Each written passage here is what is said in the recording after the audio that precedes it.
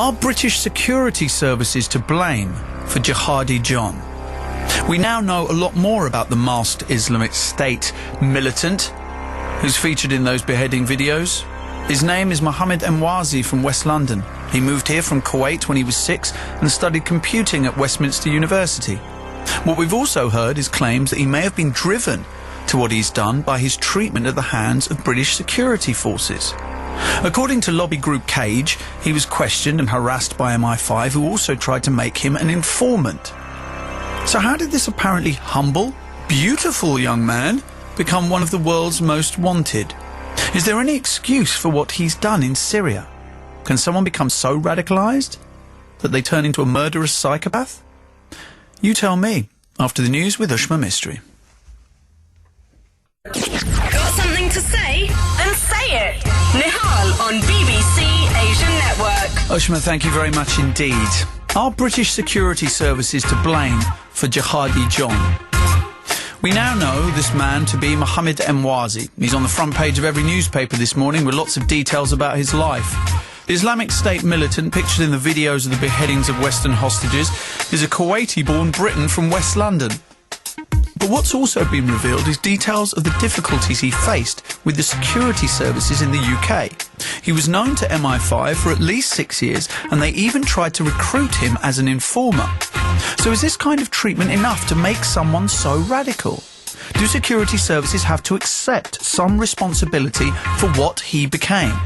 Or are there lots of factors at play here, and there's absolutely no excuse for his actions, whatever he has experienced?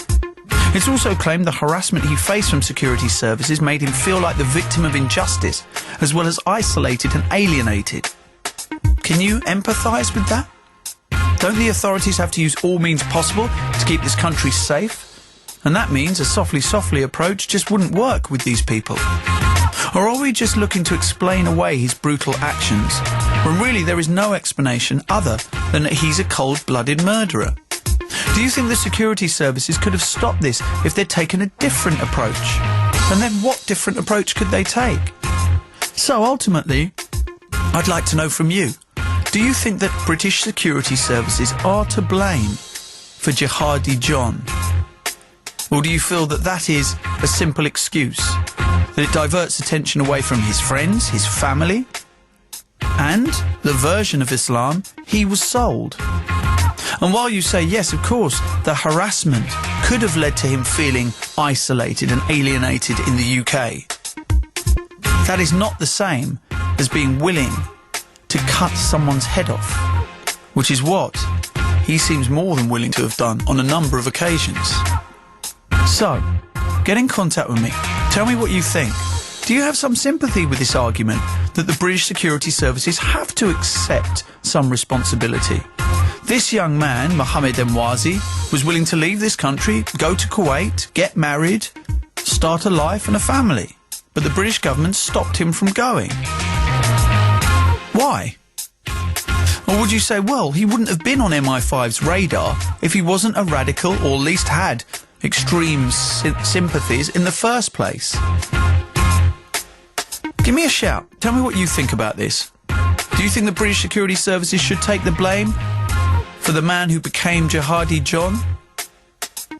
Or do you think that's a ridiculous idea, and that in fact he became radicalised because he had radical sympathies to begin with, and it's perhaps his environment, his neighbourhood, the people that he consorted with that radicalised him, not the British authorities?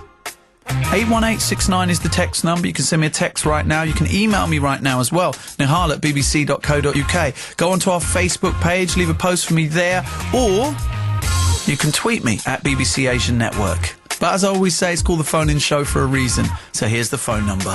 Call Nihal now on 08459 440 4. Good morning, it's 12 minutes past 10. You're listening to the phone-in show live on the BBC Asian Network.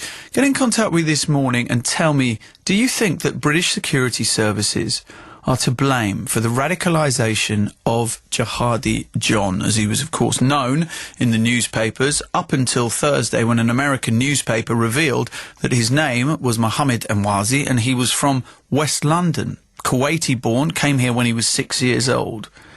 He was described as a beautiful young man by the man who runs the organisation CAGE, which is a lobbying organisation helping communities that have been affected by the war on terror.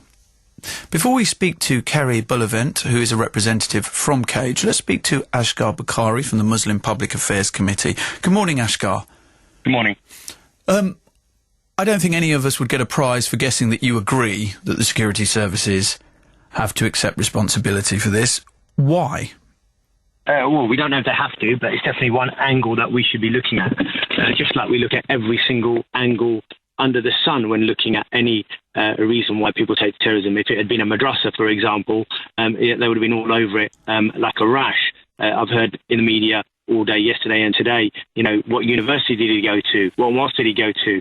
What radical preacher spoke to him? So they're looking for absolutely everything. But as soon as you mention the security services or government policy, then all of a sudden, no, it's nothing to do with that. It's just he's a mad guy, which more lends itself more to a cover-up or propaganda than it does to real analysis. Why would he be on the security services radar, do you think, if he didn't have radical sympathies to begin with? And I mean, I'm not talking about just watching him, because there may be, hundreds, if not thousands of people currently being watched, but to the point at which they are actually having meetings with him, they are trying to get him to inform. I mean, that must mean surely that he was a person of considerable interest to them. Yeah, he clearly was. But here's the real question. The real question isn't, was he a person of interest? The question is, what tips this person of interest, who was going to get married, who had a stable job from all accounts in Kuwait, turning into a complete nutcase? Clearly, partly he must have been nuts in the first place, but did something push him towards that? So do you find then part of what CAGE was saying yesterday slightly disingenuous, because they seem to be putting the blame almost entirely on the security services and saying that it was them that radicalised him, whereas you are clearly pointing out that he was quite possibly radicalised, or, as you said, a nut job to begin with? No, I don't think they were saying that. Really? No, I don't think they were. I think they were saying very simply that one of the factors that definitely need to be looked at was that the security service actions. At the end of the day, they okay. Just to be very clear, on their website it says Jihadi John : radicalised by Britain. Yes, and there's no doubt about it that it was radicalised by Britain foreign policy, and clearly one of the areas that the secondary area is not radicalised by an extreme form of Islam that was sold to him that perverted the very central tenets of Islam to suit a political ideology, which is going to be destructive regardless of foreign policy. Well, I've heard this argument a million times. Well, I've heard yours a million times as well. That's why I put the point to you. You're asking me again, so I'll answer. Go on. Right? So you can hear it 1 million and one time. And this is a 1 million one time. I'll say it for those of your viewers who haven't heard it. It's simple as this. All the terrorists that have been arrested or have made videos after they've committed their terrorist attack and died in the process have said that the reason why they carry out these acts is due to government foreign policy destroying the Muslim world. Any community in the history of this world that have been attacked by an outside force, whether that be blacks, whether that be Indians, or whether that be whites, have taken to violence, whether that means women. Women in this country tried to blow up Parliament. The suffragettes tried to blow up Parliament because they felt they weren't getting the vote. And a massive difference in that and getting a civilization like Iraq, Palestine and all the rest of it wiped off the face of the earth. So the fact of the matter is, violence is but this violence was happening. I mean, look, the attacks, as you well know, on the Nairobi embassy happened in '98. This was pre the war in Iraq and Afghanistan, wasn't it? So this has been happening for some time. Now, yes, of course, you could argue, as I'm sure you're going to, that American foreign policy predates that. That's why it happened. But these people are violent psychopaths who are looking for an excuse to destroy civilian lives and put suicide bombers in the middle of markets, destabilise areas, because they succeed on chaos, don't they? They feed on anarchy and chaos. Sure they do. But the question still goes back to what makes a violent psychopath? Why they weren't violent psychopaths before the Muslim world was destroyed. What made them? The Muslim world hasn't been destroyed. Wait a minute. Muslims are more than happy to tell us all constantly that it's the fastest growing religion in the world. So clearly it hasn't been destroyed. No, that's a faith, and there's a difference between a geographical area and the people. I disagree that it's the fastest growing religion in the world, but okay, there you go, right? The fact of the matter is you can't deny, whether you like to or not, the fact that Palestine is currently being ethnically cleansed, Iraq completely destroyed, 1 million people dead, Afghanistan in tatters, Pakistan in almost a civil war, propped up dictators from Egypt to Uzbekistan. Stop there's nothing wrong, everything's fine, the sun is shining. Muslims don't believe it. Muslims are taken to violence due to it. So we're either, going to talk about fairy stories, or we're going to talk about facts on the ground. The facts on the ground are our policies are creating terrorists. If we want to stop terrorism, stop the propaganda, and actually face up to the facts and say, what do we need to do to stop this? OK, thank you very much, Ashkar. Let's speak to Dr. Rizwan Sabir, who's Assistant Professor in Counter-Terrorism and Counterinsurgency at Edge Hill University. We've got Gurpreet on the line from Leicester, and also Kerry Bullivant from Cage. Dr. Sabir, good morning. Morning.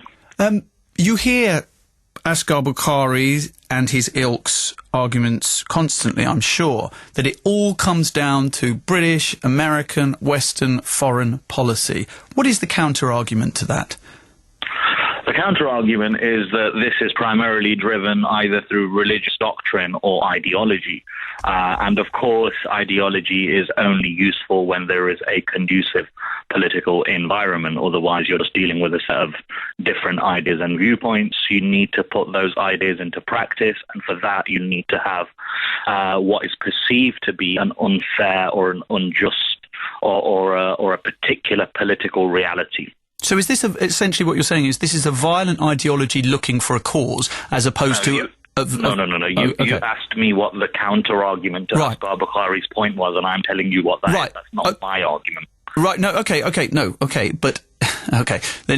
but that's essentially what you're saying, isn't it? That it's a violent ideology that needs a cause in order to breathe life into it. Yes, I am saying that people will make the argument, that people do make the argument that this is not a political issue here. This is a religiously motivated, ideologically driven, nihilistic, irrational movement that believes in violence for the sake of violence. And as an academic who has looked at this from both sides, which side do you feel, and I'm sorry to make this simplistic, but what side do you feel has the most credence? Which argument do you feel statistically or academically plays out better? As academics, we believe in the concept of falsification and relying on empirical evidence. That is evidence that can be either observed or analysed or examined. Now, what the evidence suggests is that there is no correlation. A correlation is not the same as causation. What that basically means is that though something may seem to be connected, it's not necessarily the cause of it. So yes, you could make an argument that there is a correlation between somebody like Mohammed Emwazi, who goes and beheads and does all these acts of violence, to an ideology. But that's not the same as causation. That's not what's causing his actions. He may justify his actions in the name of a particular doctrine or an ideology, etc.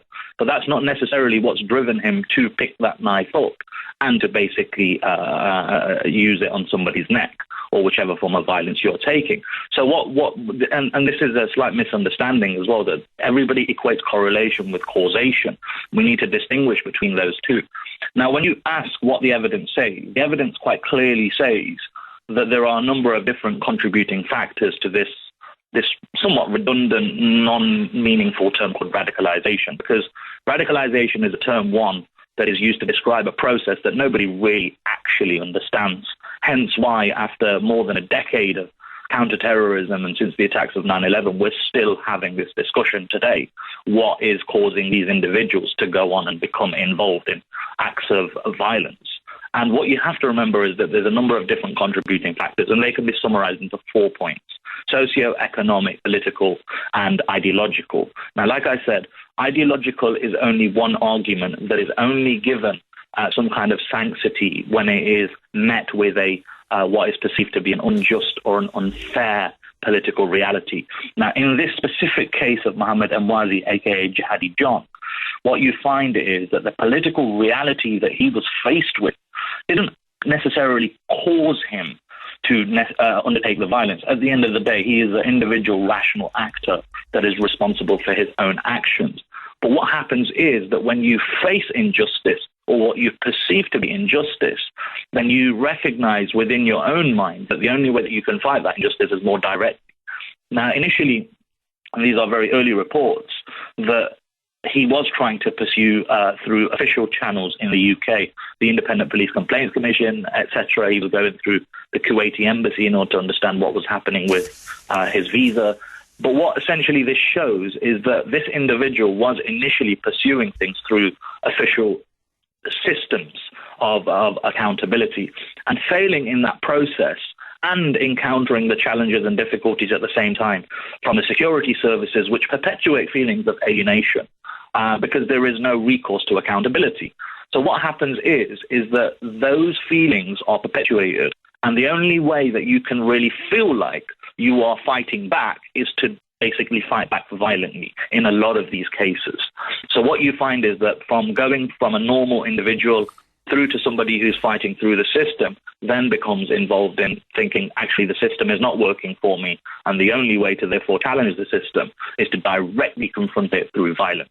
Now, can I interrupt you just for a second? Sorry, Dr. Sabir, I just want to ask you, would someone like him be on the securities authorities' radar if he hadn't been expressing views?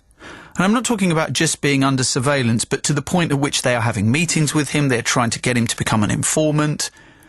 Would he be anywhere near to that if he hadn't expressed views, extreme views, to begin with? You don't have to express extreme views in order to come onto the radar of the security services.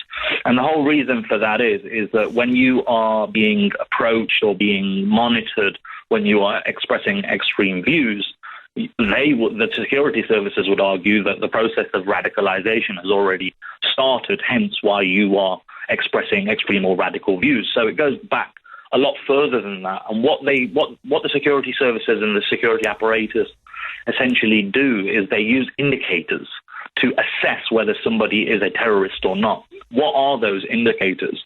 One of those indicators would be the involvement in political protest, in speaking out against certain governments and their actions. I'm talking specifically here about Palestine and the Palestinian conflict and the conflict with Israel. These kind of things would be used to assess whether somebody has a potential to become involved in acts of violence. So what the security services are essentially trying to do is nip terrorism in the bud. Now, when you are trying to nip something in the bud, that is terrorism before it's happened, violence before it's happened, you've left the domain of evidence and you've entered the domain of speculation and perception. And as you will know, our perceptions and our speculations are based upon our socialization. And our socializations, to a great extent, are based on our fears, our paranoia, and our prejudices. So what you find, therefore, is that a lot of innocent people find themselves being put onto a radar in which they are perceived to be potential terrorists, and that therefore prompts the security apparatus of the UK to inflict some kind of monitoring on them, and that therefore perpetuates and creates what they say is a self-fulfilling prophecy. So if you are going to call me a terrorist and treat me like a terrorist, then you start behaving like you are a terrorist because it's constantly being imposed upon you. Which would be a bizarre, I guess would be a bizarre course of action. It's almost as if the police ring up a bank robber and say, we know you're about to rob a bank, and then you go and rob a bank knowing that you're under surveillance. Well, I mean, this is usually how power works. Is that power symbolically they accuse you of being something, they represent images of you constantly, of you being in a particular way, and then what individuals find themselves doing is they end up complying with those images because they are constantly being told that you are X, Y, or Z. So it is an extremely. I mean, now we're talking about theoretically about power, right? And we're not going to get into a lecture format or an academic discussion about this. No, we're not. It becomes all far too abstract. But it's interesting because, of course, you say on the radar, but my question initially to you was much more specific than that, because it was actually about the kind of processes that he is supposed to have gone through. Now, there is, of course, a difference between being on the radar in a kind of much more general sense and being the very specific meetings that he had, trying to turn him into an informant. So there is a level, presumably. There are different types of stages that you would go through from the security services. Maybe they have a green, amber and red kind of system, I'm not sure. But presumably he must have been quite worrying to the security services. If you are known to be associating with individuals that the security services have some kind of interest in. Now, the trip in Tanzania that Mohammed Emwazi attempted to undertake. The safari, quote unquote. Right. Yes. Well, yeah. At the moment, we don't have the evidence, so we have to presume it was a safari, unless proven otherwise. And this is why a court case is so important, because we need to see the evidence, right? But yeah, okay. If he was going over on this so-called safari, and the intelligence services believe that he was involved in something sinister, the point is, one, we've not seen the evidence for that, and two, we know of other cases where the security services presume or assume somebody is going to a foreign land in order to become involved in violence. And if they presume, based on their own intelligence, and that intelligence, I'm sure, will be inaccurate and questionable in many senses, we can't verify that intelligence independently. So we have to take the intelligence services' word for it, right? And that is that that he was going to Tanzania, and therefore he posed some kind of military threat in that region of the world. Therefore, we denied him entry.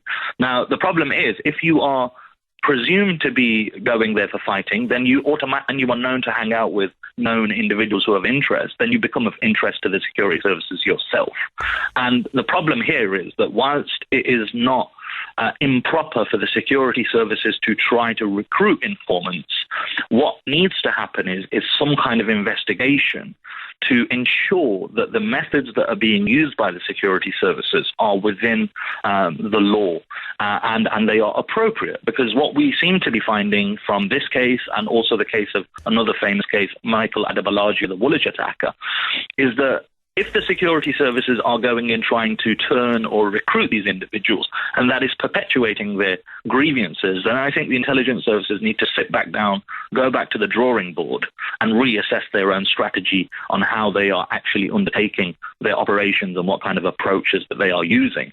And unless we do that, then I think you could make the argument that people will still feel quite disenchanted with the policies and the practices of the law enforcement and intelligence agencies, which may therefore perpetuate the conflict even further. Okay, Dr. Sabir, thank you very much indeed for your illuminating comments on this. It's quite interesting, isn't it?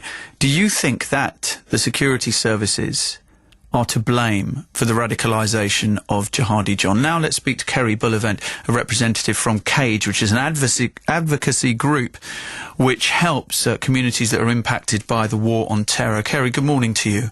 Good morning. Thanks for having me on. Sorry to have kept you waiting for so long, but I'm sure you were interested by what Dr. Rizwan Sabir had to say, as well as what Ashghar Bukhari had to say. I think they both made some very, very interesting points. Now, your organisation has come in for quite a lot of flack in the press this morning. Yes.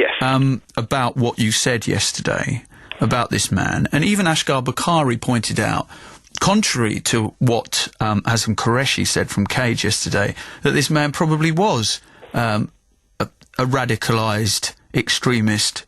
Therefore, he got onto the radar of MI5 in the first place. So isn't it just a bit simplistic to say that it was the security services that were to blame? Well, I think there's a couple of points here. You sort of indicated quite a few times that, look, if he wasn't a threat, then the security services wouldn't be interested in him. Yes. They wouldn't be taking this much scrutiny on him. Now, I'm going to sort of bring it back to my case a little bit here and what happened to me. I was put under a control order. I was put under actually much stricter scrutiny than this guy was. And in terms of security level threat analysis, I would have been higher in the sense that I was put under house arrest. I had my passport taken away from me. I couldn't even leave the house without phoning the police to let them know I was going. I had to phone them when I returned. So I was under much more scrutiny, but yet when a judge finally saw it after 2.5 years, he said there were no grounds to ever have done that. Now, this is a case where they only have to prove reasonable grounds for suspicion. That's the same burden of proof you need to do a stop and a search on the street. They couldn't even prove there were grounds to suspect I'd done anything wrong. We're not talking beyond reasonable doubt, like 99% sure. We're talking stop and search. So who was in your social circle? Evidence. What mosque were you going to? What meetings were you going to? What demonstrations were you going to, Kerry? I mean, clearly, I'm sure some of our listeners would find it very difficult to believe that just out of nowhere they decided, you know what, I don't like the sound of his name, let's go and harass him for 2.5 years. The point is that the people who saw the secret evidence was the judge. And the judge was the one who said there were no grounds for suspicion. I'll tell you what some of the secret... So the British legal system helped you? I'll tell you what some of the secret evidence that we found out that was used in my case was. There was a phone call made by a friend of my mother's who was a non-Muslim, because I'm a convert, so my mother was a non-Muslim and her friends. One of them got drunk one night and thought to herself, why has Christine's son become a Muslim? He's 21 and he's become a Muslim. He must have been brainwashed by Al-Qaeda. And she phoned up the anti-terror hotline and made an anonymous tip-off. When we found out about that through our own investigations, and when we went to court, we counted them on this and we said, look, is this part of your secret evidence? They said, yes, that's part of the secret evidence, the evidence that we're not even going to, that we wouldn't even tell you about unless you found out for yourself. Fine. Did you go and talk to her? No. Did you find out why she made that accusation? No.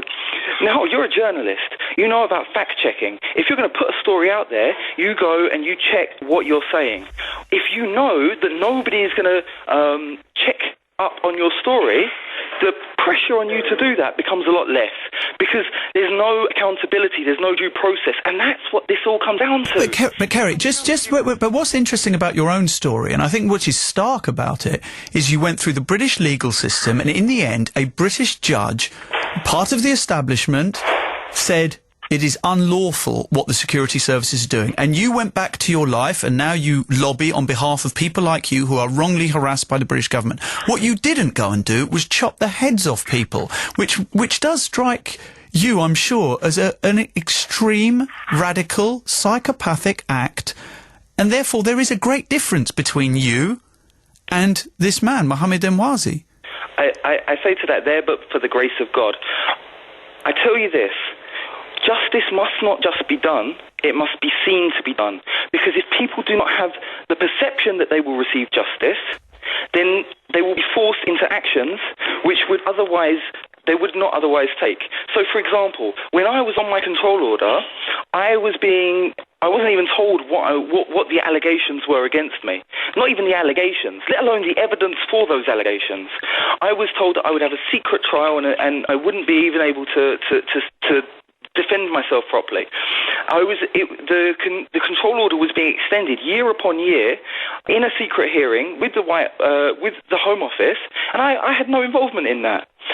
I saw no way of clearing my name. But you would have been a perfect example. Let me just make this point because it's very important to that point you made about the case and the differences. After a year and a half of seeing no way of getting any justice, I absconded. I went on the run. There was a massive manhunt. It was on the front pages of all the newspapers, just like Jihadi John is today. There was talk of me in Parliament where and on the news where they said don't approach him because he could be armed and dangerous. We're talking full prison break stuff here. The fact of the matter is, I took that action because I saw no way of getting justice. So, and when you were caught, or did you hand yourself in? Did you hand yourself in, or were you caught? I handed myself in after 5 weeks. Right, okay. And were you imprisoned? I was. And I was found innocent. Right, okay. And how long were you in prison for? 6 months. And when you came out, and you... Is that the point at which a judge then said to the security services that they should stop harassing you? This is the irony of this whole situation. And I just want to make one very quick point. There was a moment where I was in hiding. And there was a moment where basically there was a choice. I lived the rest of my life on the run. I go and get out of here. Yeah, I try and take back my freedom by direct action. Yeah, illegal but direct. Yeah, or I come back and I take my chances with the court. I chose the latter. That was a split-second decision in a moment of stress, under unimaginable pressure, in hiding. But Kerry, this is the... Wait, I've given you plenty of time to talk. I want you to come back to this point that I keep making, which is that You weren't a psychopath to begin with.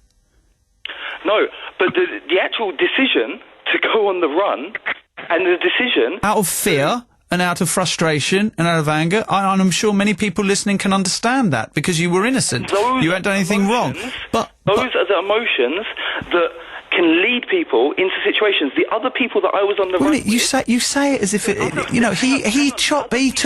he takes glee in cutting people's heads off with his own hands. I'm not defending what he did. No, I know you're not. But what I'm saying is that the difference is that you're arguing, and your organisation is arguing, is that the British state, the authorities, have to take blame for what this man became. But you are living evidence of a choice. He made a choice to become a murderous psychopath. Now, that choice is a choice you did not make. Therefore, regardless of the process to a certain extent, he made a choice. Therefore, trying to give him not a get out of jail card free, but try and say, well, look, we've got to understand why he became this. People are arguing you are an apologist for this kind of behaviour. Look, it's not being an apologist for it. Everybody should stand accountable for their own actions, and that means that anybody who kills people for unjustified reasons needs to be held to account. Anybody who commits torture, and we say that of the people who torture in Guantanamo and the people who murder in any other theatre in the world. Yeah, everybody needs to be held to the same standard of law. There's a very important point here, and you said that I wasn't a psychopath, I wasn't a nutter. My best friend wasn't a psychopath or a nutter. He ended up getting killed by a drone in Pakistan because he went on the run. This is the fact of the matter is here, yeah, that these situations can push you into extraordinary circumstances that wouldn't have matched your earlier character. I'm sure if we can bring back Dr. Rizwan, if he's here, he'll be able to give you probably a more academic explanation of this. I just want to say one point on Woolwich and Adebolajo. He also came to our office and also sought our help. He sought our help when MI6 went to him and said, you have to work for us, otherwise your brother in Saudi Arabia will be tortured. He was in tears in our office. So is that an admittance to a certain extent that you failed as well? Because if someone like that comes in tears to you, and then sometime later he's on the streets of London soaked in the blood of drummer Lee Rigby, then where did you fail? I tell you where we failed. We failed because we couldn't get him due process. We couldn't get him the rights that were needed at that stage, which could have averted the horrible murder that he went on to commit. Nihal, if I can just jump into this... Dr. Sabir. If you don't mind. Just on your point about accountability and Kerry's case proving that there is recourse in the current criminal justice system to declare your innocence, etc. I think it was an extremely valid point that you make, that of course Kerry's case does show how you can bring accountability through the existing system. But I think what's important to note is that this is an exception to the rule, not the rule itself. Kerry is clearly a very articulate individual. I don't mean to sound patronising when I say that.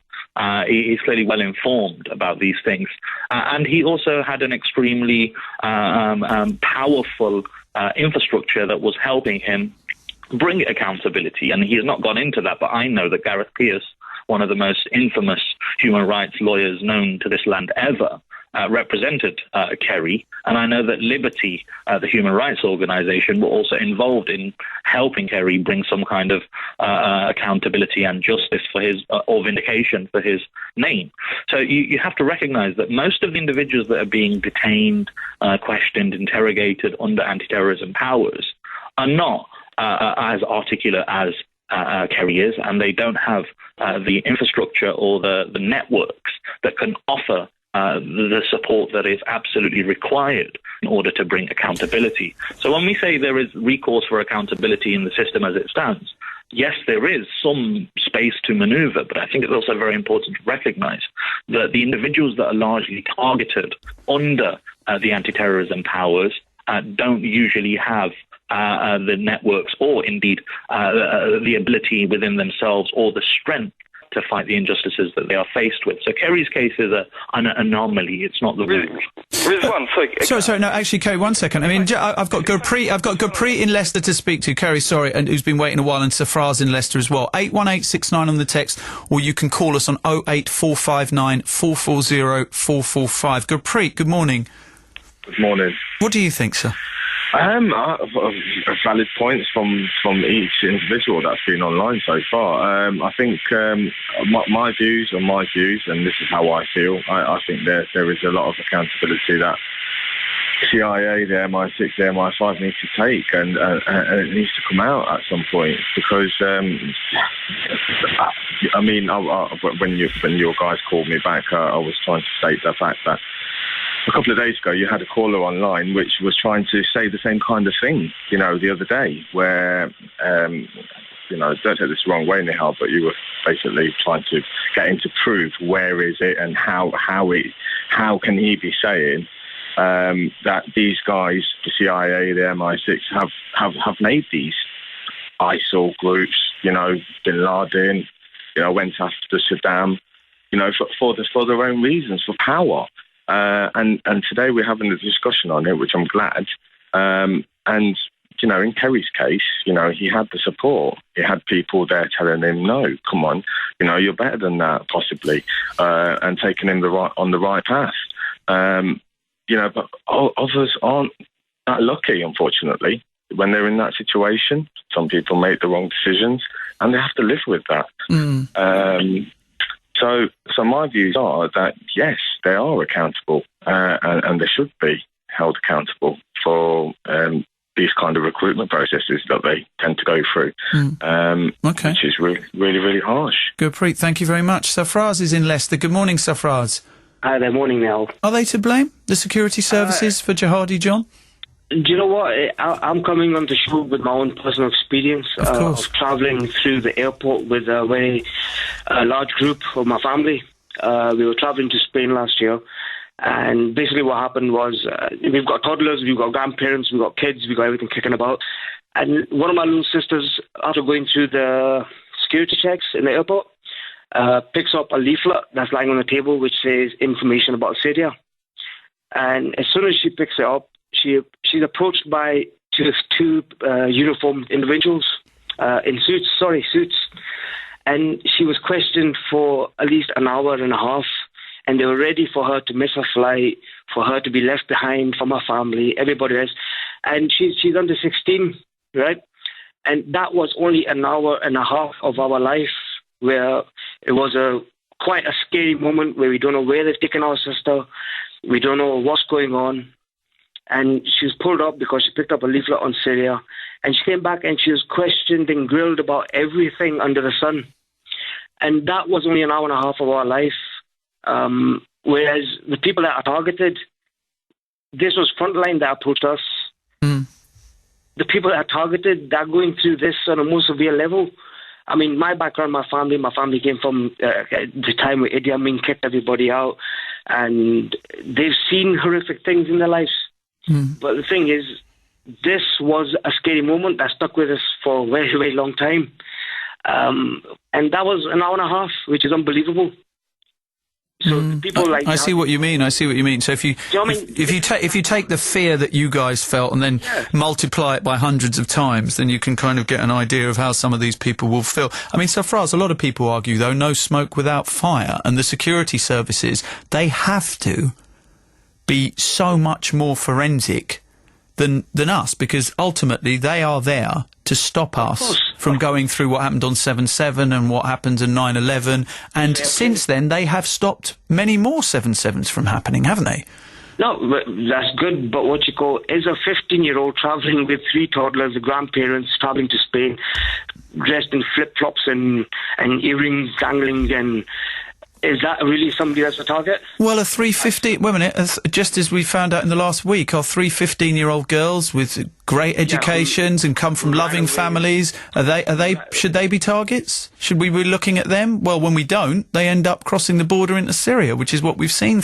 Wasn't there already information on them that their school friends knew about and stuff like that? One of their school friends in December travelled to Syria, yes, and they were questioned, and they seemed perfectly innocent, and nothing was going to happen to them, and then, yet 3 months later, they themselves make the same journey. There's still a difference from them travelling on their own and a girl that's travelling. No, I understand. understand what you're saying, but I travelling to Spain, to Alicante. Yes, of course I get what you're saying, Safraz, and I can imagine that was a terrifying experience for you and your family, and most of all for your 15-year-old sister, who probably didn't have an idea what was going on. And also, Safraz, it does buy into something that my friends have told me many times before, which is, as a Muslim, you can't even have, or the feeling is, I can't have views about what's going on in the world, about what I see as injustice in the world, without feeling a bit paranoid that someone might be listening. And there is. I mean, I'm going back 15 years ago when me and my friends used to joke about, we used to be standing outside the mosque, and we used to joke about the Prime Minister wants to put microphones into lampposts. Don't talk to near the lamppost. Do you know what I mean? And we used to joke about that kind of thing. The paranoia is there. People don't want to express views of even the basic rules of their religion. Safraz, you know what I mean? you would accept, wouldn't you, that there is a long journey between being harassed, as Kerry Bullivant was, who went through the legal system, and a judge eventually said that the security services should leave him the hell alone. There's a big jump between that and being able to hold another human being's head in your hands after you've cut it off. There is a big jump, but at the end of the day, we don't know how much pressure is being put on us. Everybody has a different breaking point. And like the individuals on the phone, on the show just before me, who made that split-second decision to hand himself in, he made a decision that he felt was right at that time. And who knows, if he didn't have that opportunity, if he had more pressure on him, if he was stuck in that system for another 5 weeks, who knows where he would have been.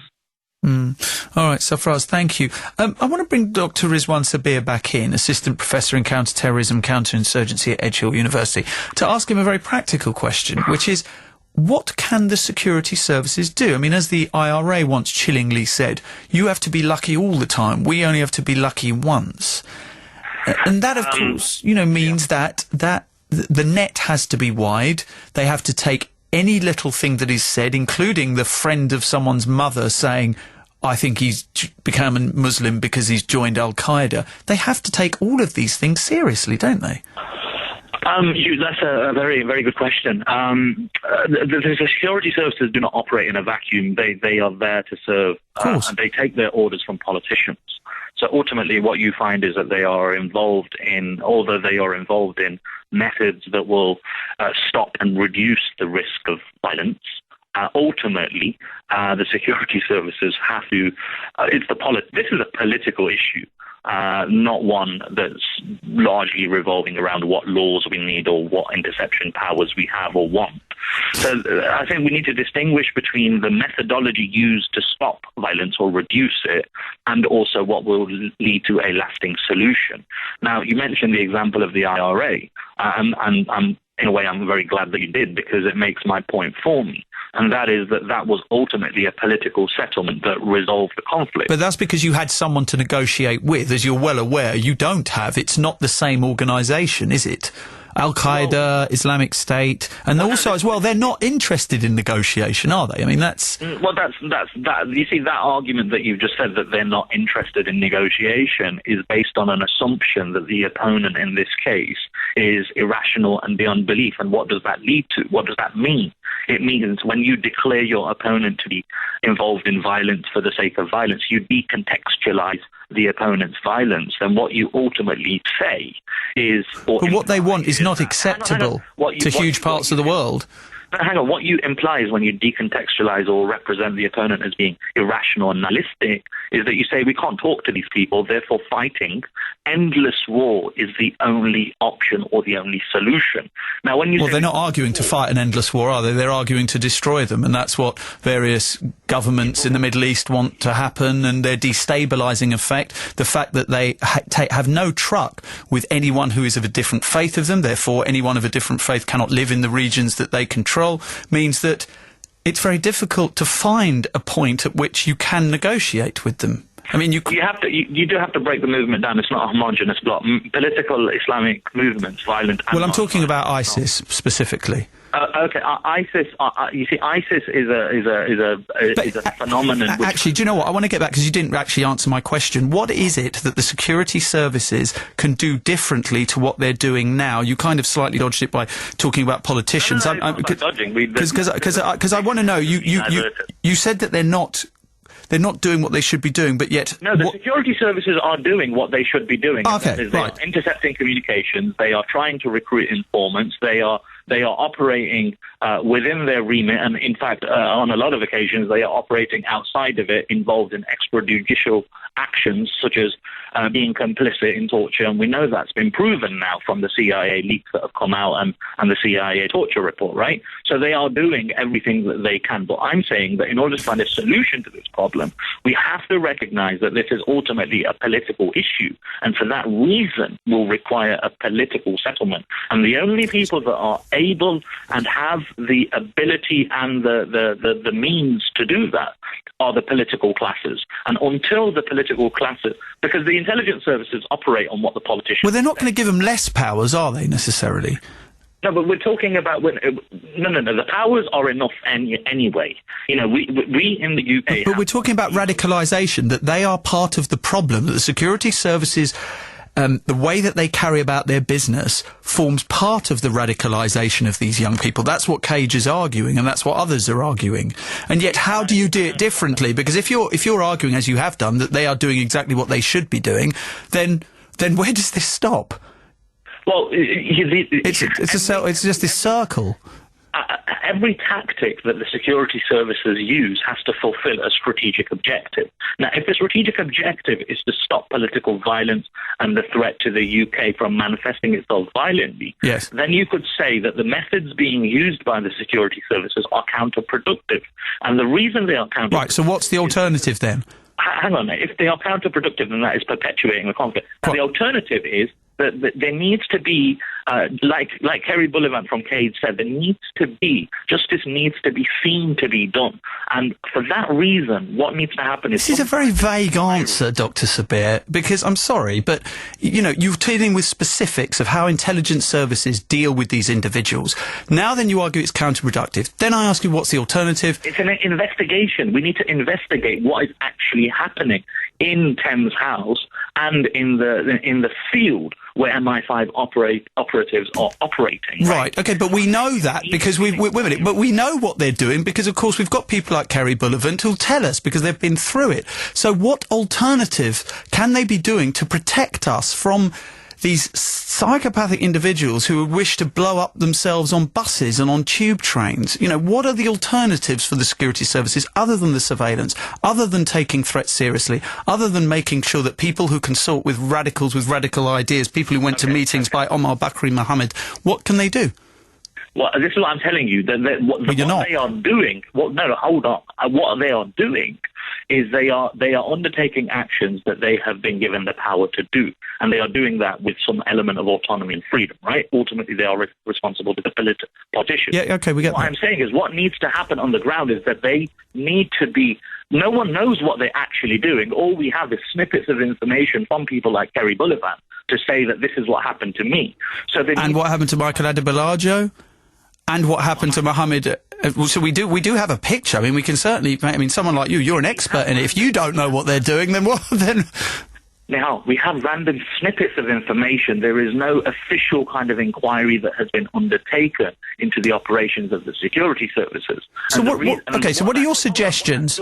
What is your suggestions? As a counter-terrorism, as a professor in counter-terrorism, what would if you were put in front of a government committee and said, right, how can we be doing this differently? What would you suggest practically? I would say we need to ensure that the actions being undertaken by the security services are appropriate and proportionate, right? And because in this case, what's happened is it seems that the intelligence services have been involved in disproportionate action, which has perpetuated grievances and led an individual... But what if their argument is that... Wait a minute. If they argue then that some of those actions resulted in, as we know, the security services preventing terrorists from committing these heinous crimes on British soil, then what's your counter-argument to it? Well, we don't know what's prevented an act of terrorism from happening because an individual hasn't committed a crime. So how are you measuring that? Well, I guess we have to trust the fact that people aren't lying dead on the streets of London and Manchester and Leeds because they prevented it from happening. As a journalist who believes in verification of what a source tells you, you know as well as me that can't be independent. So but you see, this is the rock and the hard place that they find themselves in, because of course the security services are entrusted with stopping these individuals from carrying out these crimes. When they do stop them from doing, then what do we have to ask them? Can we see the manual? Can we see what you did to make sure that this happened? No, because they wouldn't tell you, they wouldn't give you the manual, because they would argue that would undermine operational ability. And you would agree with that, wouldn't you, I guess, for security reasons? Because, of course, if you tell them how you do it, then, of course, the terrorists can use that to try and get round it. Yes, let me just make my point now, right? Yes, they would not give you the manual.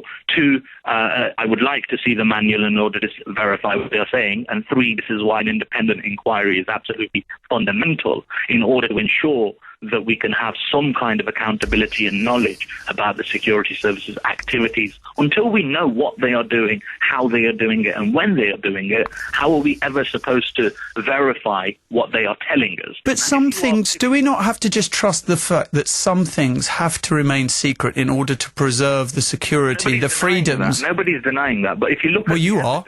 No, I'm not denying You're asking to see the manual. Well, I would like to see the manual because I would like to see what they are doing and how they are doing it. And they would argue that you can't see it and you can't do it because, of course, that would then give the terrorists exactly the means to bypass what we're doing. Well, that's you implying that I would share that information with them. I mean, they can't guarantee that you could keep it secure, but that's another argument. Dr. Sabir, we've run out of time, unfortunately, but thank you for joining us today. I'm sure the security services, if they're listening, may think that we can't know everything.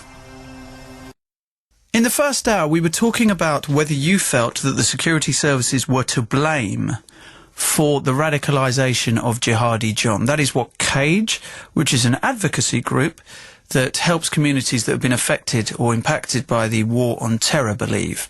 And they have been roundly accused of being apologists for ISIS, unfairly. But what point were they trying to make? They say that the man in question, Mohammed Emwazi, a 26-year-old Kuwaiti-born Briton, was essentially put onto a path of radicalisation by the harassment he suffered at the hands of the security services. But then, of course, we heard from Kerry Bullivant, who is from CAGE, who went through the same harassment. He, with the help of other organisations, went the legal route, and a judge told the security services to stop harassing him and leave him alone. He has then since become an advocate for people who've been through the same process as him. But when I asked the professor about this, what were the alternatives, Professor Rizwan Sabir, Dr. Rizwan Sabir, Assistant Professor in Counter-Terrorism and Insurgency at Edge Hill University, he didn't seem to have much of an answer to what the alternative is to keeping surveillance. And in fact, he admitted that the security services are doing exactly what they should do, but then insinuated that that might be counterproductive, but then had no alternative. He also wanted to see the manual that the security services may use, and of course I use the term manual.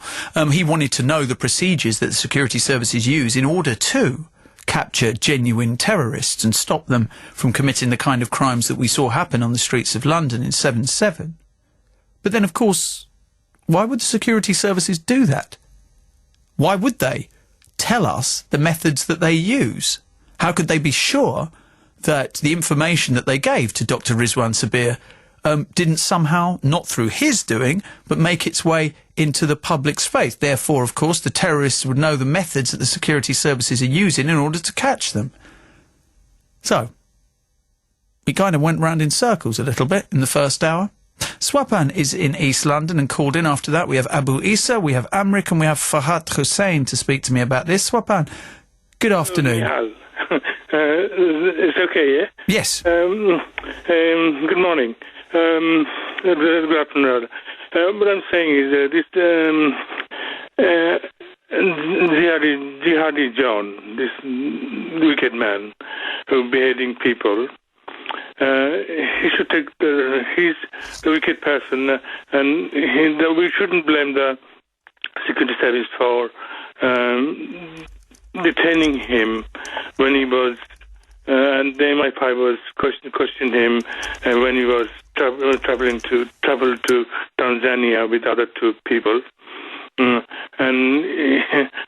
the security service MI5 wanted to recruit him. You probably know the story. So he had some sort of obsession with the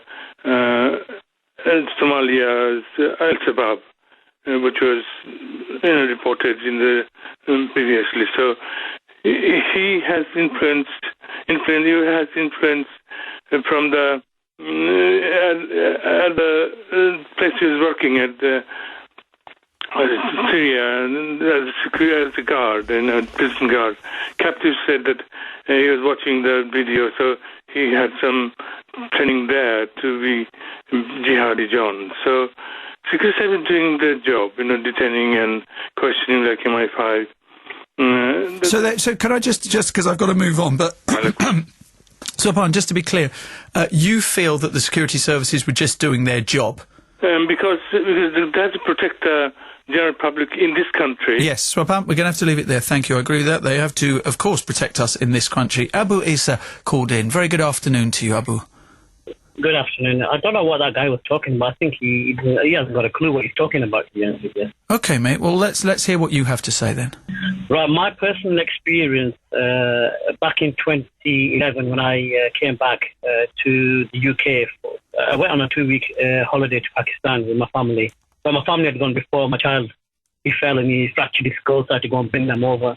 As I entered back into Birmingham, so I was approached by the passport control and said, look, we need to hold you for a few minutes. Right. Took me to an office where two gentlemen were suited up and they started talking to me and saying that we know about you and we need to talk. And I said, look, I haven't got the time of day. My child is ill. I need to go home. Took my details. And from then we had a number of meetings which on their agenda was we'll recruit you to be a spy in the community. There's a number of people that you know. And you were an influential person because I used to work on a local radio station there. And my influence, they believed, was quite immense on the community. And so we can use you as a tool to spy and work with us. I said, no, I will not work with you. However, if I found anyone doing anything wrong, then I would firstly approach them myself and try to resolve the matter as opposed to passing them your way. What happened then was a series of pushed and shoved to join their team, constant calling, and they were stupid because they didn't know I was recording every single call of theirs. And I said to them at the end, if you continue to harass me, then I will go on radio and I will play all these recordings, which they wrapped up. But I have friends around, local, decent people. They have also been approached, some have been harassed. So we have to look at foreign policy as well. Iraq, weapons of mass destruction still not found. There's a lot of things that are going on overseas, and Muslims feel, anyone would feel, if their community, their religious community on the other side of the world. But what's Boko Haram got to do with Iraq and Afghanistan? They're going around, kidnapping schoolgirls, murdering civilians, cleaning out, ethnically cleansing whole villages. Boko Haram has nothing to do with Islam. If this is the truth, what they do, and it's always been a propaganda war, and the West is known for this back in the World War, so God knows best what is the reality, but Islam is against the vast majority of the acts that are being shown in the media. Islam is against that, and nobody has an opinion on this. But my point is, you can't blame the West for everything, Abu Isa. And the problem is is that a lot, from a defensive point of view, you hear a lot of people, and all they seem to say is, "Oh, it's the West's fault. It's the West's fault." Can you not just admit that there are some Muslims out there who have a very different reading of the Quran to you, and they're evil people, and they use their evil and they try and find justification for it? But if you look at when all these situations of killing, suicide bombings, when all this radicalization started happening, it started mainly, it arose at the time when the West is going to attack Muslim countries. So people retaliating. I'm not saying it's right. I disagree with but that has nothing to do with Boko Haram, does it, for instance? John exists. If Jihadi John exists... That has nothing to do with what happened in Darfur, for instance. I mean, that has nothing to do with certain areas. And like I said, you know, look, the Nairobi embassy bombings happened in 1998. You know, that was before I'm talking the war about in Afghanistan. When there was a rise of radicalization, which has happened since September the 11th. A lot of people have been harassed. Some people have been pushed to radicalization. And I'm not saying what they are doing is correct. No. I mean, they are being pushed. They feel like we don't belong here anymore. We've got to find a place somewhere else. And in the process, they've been approached by people who are radicals, and they find some sort of comfort in this, which it beats me, to be honest with you. The texts are very clear, and people need to understand these texts. Yeah, we had the gentleman from Salford being beheaded, and he helped the charity. If this is true, this is very extreme. This is not. I cannot. But what do you think, Abu Isa? Can I ask you, because when I interviewed an academic about this, he wasn't particularly clear in what the security services can do, because of course, Abu Isa, as you know, if they set off a bomb in a train in Birmingham, they'll kill Muslims as well, won't they? They don't really care. So the security services job is to stop these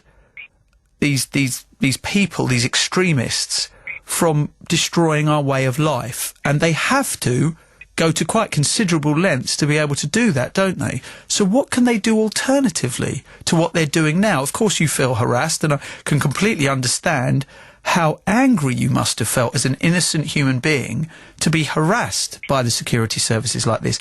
But it's some way, it's like when, I flew to Israel once, right? And I got harassed. I got taken into a small room. I got searched. I was there for an hour or so. I'd take my shoes off, etc. But I understood why they were doing it. It just meant that when I got on that plane, I actually felt a lot safer. Now, of course, that was only an hour and a half of my life, not 6 months or a year or 2 years of my life. So I understand it. But you've got to look at Cage, and how many of those people that they're helping have been kept in custody, who are in prison without trial, without any proof. And they've been there long, and this affects people. It affects families. You being subject to a search for 1.5 hours is nothing. I've been stopped and searched by police before when I've had a bag. I've been stopped and searched in public, and it's a humiliating experience. But I didn't think that didn't make me hate the British state. That made me think to myself, well, you know what? It's unfortunate, it's uncomfortable, it's humiliating. But if it ever caught someone, then it's worth it if it saves one life. I mean, interesting you talk about Cage. I spoke to someone from Cage earlier on, and he mentioned Michael Adebolajo, who came to Cage and was crying and was upset because he'd been harassed. Now, this is a man whose kind of entry point into Islam was through the extremist cleric Omar Bakri Mohammed, who's a man who's now banned from this country. Well, what was he expecting from the services then if he was not going to get harassed? Al-Muhajirun? What was he expecting? What do you mean? What was Michael Adebolajo expecting? If you're hanging around, yes, exactly. That's my point. Then that's what's going to happen. Yeah. You've got to face the facts. Then. So you have no sympathy for people who hang around with people like Omar Bakri Mohammed and get harassed by the security services? Well, it's not about sympathy. I'll say you are asking for trouble then. Right. Literally. Can I ask you now, Abu Isa, without mentioning names, have you been in any contact with the security services since, or have they stopped harassing you now? They never bothered me after that. Right. That's a very interesting thing you said, though, that you record. So you would encourage anyone who is wrongly harassed by the security services to record every phone call? Yes, the best thing to do is record, and you've got evidence to scare them off, I believe. But then again, I wasn't a person that they suspected of any involvement in terrorism, but they felt like I could be a recruit for them to help them. Okay. Spy on the people. So, if I was harassed regularly, it would drive me pretty mad, to be honest with you, because he was doing it at very odd times of the day, you see. And I've made it straight. I'm very straightforward. I said, listen, don't bother me again. If you do, it's not going to be very good for you. And this is what I've done, and I will expose you. Okay, Abu Isa, thank you very much indeed for sharing that with us, my friend. Amrik got in contact with the show. After that, we've got Fahad, and then we've got Sandeep in Nuneaton. Amrik, good morning. Hello, good morning, brother. How are you doing? I'm good, sir. Do you think that the UK authorities are to blame for the radicalisation of Jihadi John? Well, I don't think so, because the thing is, Nihal, it's as simple as that, right? Okay. If somebody is stopped, and I know it's not a very nice thing to happen with yourself, people have, a different feeling with that. But at the end of the day, that's security services' job is to prevent terrorism and everything to happen here. I mean, look at one example, right? We have got every single same rules and rights of every single British people here, And I mean, there are some cases when people are, treated differently and all that. But then again, people talk about torture and everything else. What are these terrorists are doing they're blowing things up, killing children, women, doing every single bad thing in the world. And then they talk about, this torture stuff. The thing is, people don't know what torture is. If they want to know the torture, they need to look at, back home in India, Pakistan, and, all the other countries, people won't even dare, talk about it rather than coming on the radio and having an open debate about it. We should be lucky that, we are allowed to do this here. And then, if security services are not going to prevent terrorism and all the other bad stuff, then what are they supposed to do? They're not going to, welcome a terrorist in their office. Oh, come here, have a cup of tea with us. Tell us what you do. No, but sometimes we live in a very hostile and volatile world. And sometimes, you have to use this method to get information out and to save and protect public. That's my view. Okay, thank you very much indeed for that view, Amrik. Farhat Hussain is on the line. Farhat, hello. Afternoon. What do you think? Do you think Cage have a point? Cage do have a point, but I think reading from the newspapers and all the information, I think he was on that way. He was on that way to radicalisation, and what the security service did was just pushed him further into that quagmire, into that area. So he was on the path to radicalisation. That's why they picked on him, and of course we don't know that for certain. Cage is describing him as a beautiful young man who was humble and wouldn't hurt a fly. Yeah, I think he was on that way, and that's why the security services hold on to him. But is it counterproductive, do you think, this kind of quote-unquote harassment? Because that's what our assistant professor in counter-terrorism was saying, that he believed it was. Yeah, I think it is. It is counterproductive, because then if you keep on pushing someone to a certain point, they're going to fight back. They're going to say, look, I've had enough. I don't want to cooperate with you. I don't like the way you talk to me. I don't like the way you speak to me. So why should I help you? But this is I can imagine how terrifying it must be to feel as though the power of the state is against you and you're just an individual. Yeah, exactly. So it's like David and Goliath, it's just like if like when you're being bullied, you keep on getting bullied, they say, look, I don't want any trouble, then suddenly you just snap, and then you just lash out, and then anything can happen. So I think the question should be answered about the security services, because it's a good checks and balances to make sure that what they're doing is right and what they're doing is wrong. Obviously, we had reports from America that CIA and MI5 were involved in torture. Now MPs and politicians will be asking why has this happened? And I think it was a couple of months ago, Mozambique was in prison, and he was released without a charge. And that's from the security services as well. So questions have to be answered. Questions have to be asked. Why they're doing this? Is it counterproductive? For what reason are they being so aggressive? Okay, Farhat, we're going to leave it there. But Farhat, thank you. Lastly, Sandeep is in Nuneaton. Sandeep, hello. Yeah, hi, hello, hi. What would you like to say, Sandeep? I'd like to say that blaming or appropriating such terrible acts of jihadists to something that is suffered from the Britain or from the Western world, I think it's deflecting the issue completely. You see, Muslims are not the only minorities in the UK. There are Hindus, there are Sikhs, and there are so many other ethnic origin people. Sorry. The Americans are not. The Americans have not invaded any Hindu countries. There's only one Hindu country, to the best of my knowledge, isn't there? Or maybe, well, the main Hindu country. They certainly haven't invaded India. They haven't done any drone strikes, extrajudicial killings in any of those countries, in India specifically. So you can understand, can you not, why some Muslims will say West has interfered in the West, in the East, in the Middle East, and you can also say, of course, the horror that was unleashed in Iraq, would that have happened? Would the Sunnis and Shias effectively gone to war with each other if the West hadn't interfered in that region? Well, if you look at the history of Islam, I think there's a basic problem with Islam religion as such, in which, what is the declared motive of ISIS? The declared motive of ISIS is that we have to have the world converted to Islam. That is the declared motive. And if we are overlooking that motive and, looking for some... Well, how is that any different to Christianity? I mean, look, the world, the reason that there are so many Christians in India is because of colonization. Yeah, but you see, Islam has got a much more radical motive. No, in Christianity, they don't enforce this in a brutal way, at least. I mean, they are missionaries. They did? Yeah. My gosh, are you kidding me? Look what they did. Look what the Catholics did across South America. In a brutal fashion, they converted and murdered the indigenous peoples. Yeah, but look at the Crusades. It's not happening in the present civilized world.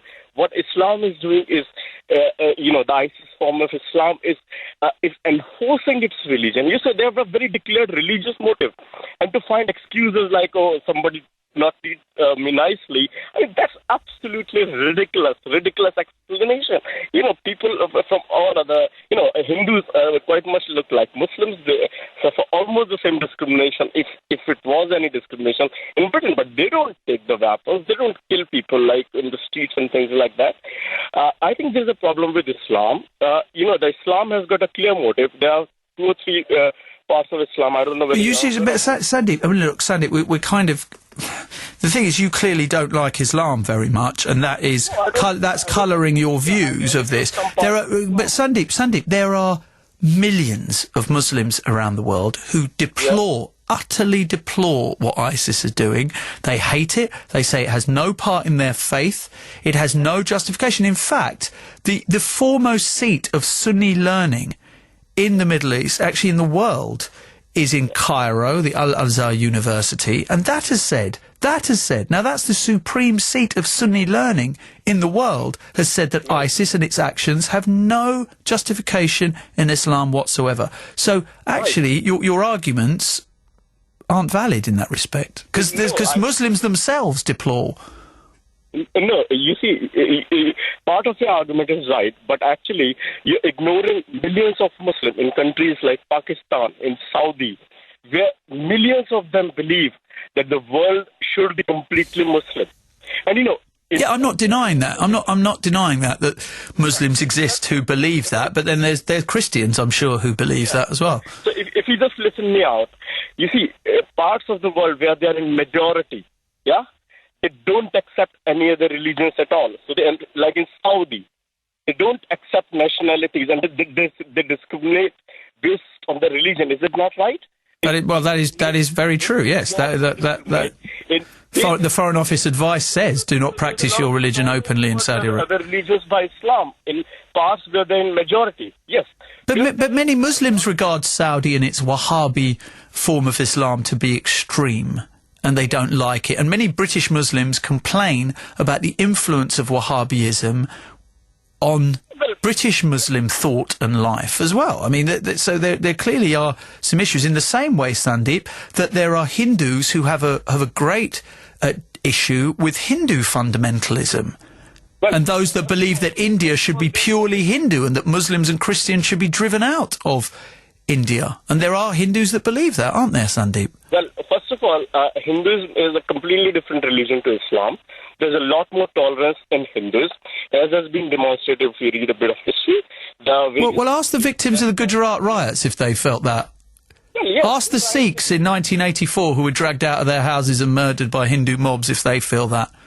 And what did the Hindus in general think about it? Hindus in general thought that was... And in general, Muslims believe that ISIS is an evil thing, Sandeep. So what's your point? If you look at the Muslim religion, what happens is that if you take terrorism around the globe, and if you take the history, most of the terrorism that is happening in the world at present is guided by religion Islam.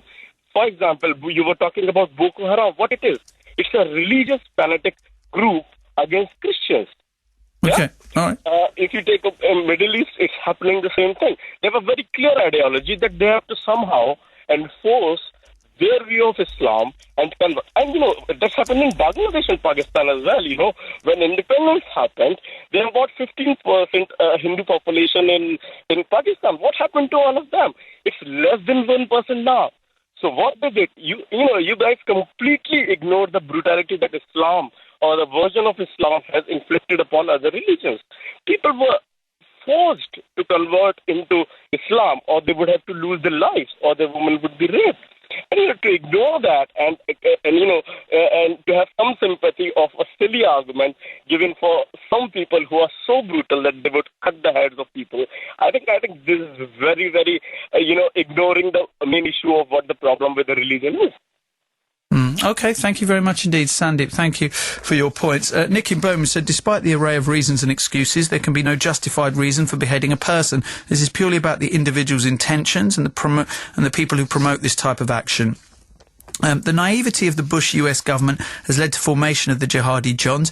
Bush fulfilled everything on bin Laden's wish list after he lit the match of 9/11. The Americans went for revenge and started to take out Al-Qaeda's enemies for them, thus lifting the lid on the extremists to fulfill their goals. Manny Sandu on Facebook said, nothing can excuse his actions. It's very easy to blame others. Oh, they said this to me and treated me like this, so I turned out like this. What happened to self-control and seeing right from wrong? If the authorities treated him wrongly, then why did he take innocent lives? What did they do to him? If it's the case they are from Britain, well, how about you target your own family who also live in Britain? Surely they've also wronged you somehow. It's easy to make others a scapegoat and not take responsibility. What a coward and a traitor to his religion and country. Sam says it's always a blame game, so blame the British security services. Now they made him kill people. Don't think so. He made his choices in what he wanted to do. Stop the blame game. Stop him killing. Nilu on Twitter said, when will Muslims stop burying their heads in the sand and accept responsibility? Enough of the blame game. Pedro on Twitter said, when will families and communities start taking responsibility and stop blaming the state? Harley said no, he was radicalised before they even spoke to him. What nonsense. Sean on Twitter said, surely religion is to blame for Jihadi John. No. Mo in Oldham said, I, as an Orthodox Sunni Muslim, blame the religious leaders and circle of friends of these so-called jihadis. They are clearly sold an ideology which they fully buy into, pack their bags and leave the UK to fight for various groups, while their families suffer the consequences, and while the mullah or mulvi is still in the UK, sleeping in a comfortable bed and claiming working tax credits. The whole Jihadi John is ridiculous. IS are responsible for murdering these people. If this weren't by the hands of Jihadi John, it would be Jihadi Jeff, James and so on. Stop trying to ruin the lives of their families and go and get the people who radicalised them in the first instance. Indy on Facebook said, this subject that others are to blame has started to really annoy me. Why should others, such as the government, raise your child correctly? The blame game starts and stops with the parents. They need to educate their own children on right and wrong and give them support through their lives, not just as mum or dad, but as friends. If children cannot talk to their parents openly about issues, they will turn to so-called friends, and this is where their lives can go in the wrong direction. And lastly, this anonymous email said, I don't think security services are to blame for this. It's the fault of extremist Islamic people. They have brought this on themselves. The security services are trying their best to prevent harm caused to the UK, like 7/7 or 9/11. People should be privileged. We've got a strong security system. If you look at the underlying view of callers, all they do is blame Western country or politics or blame someone to try to make them feel the victim. Okay.